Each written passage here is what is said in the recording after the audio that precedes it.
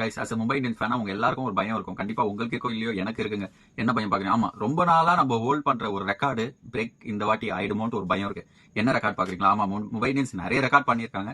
But இந்த ஒரு record உண்மையிலேயே இந்த சீசன் பிரேக் ஆயிடும் நினைக்கிறேன். சோ என்ன ரெக்கார்ட் பாக்குறீங்களா? வேற ஒண்ணும் இல்லைங்க. ஆமா, சோ மும்பை இந்தியன்ஸ் 2013ல இருந்து ஃபர்ஸ்ட் மேட்ச் ஜெயிச்சது சரித்திரமே இல்ல. பட் இந்த வாட்டி எனக்கு என்னவோ மும்பை இந்தியன்ஸ் ஜெயிச்சிருவாங்க தோணுது. பிகாஸ் அகைன்ஸ்ட் நம்ம கேகேஆர் கிட்ட தான் ஆடுறோம். கேகேஆர்னாவே நம்ம ரோஹித் சர்மா சம ஃபார்ம்ல ஆடுவாரு. அண்ட் மோர் ஓவர் இப்ப இருக்க டீம் கேகேஆரால தோக்கடிக்க முடியுமாங்க? சிம்பிள். ஈவன் நம்மளே தோக்கணும்னு ஆடினாலும் தோக்கடிக்க முடியாது. அந்த அளவுக்கு தான் இருக்கு. நான் ரொம்ப போர்ட்ரே பண்ண நினைக்காதீங்க. But still Mumbai Indians team அந்த அளவுக்கு ஸ்ட்ராங்கா இருக்கு. அதுதான் உண்மை.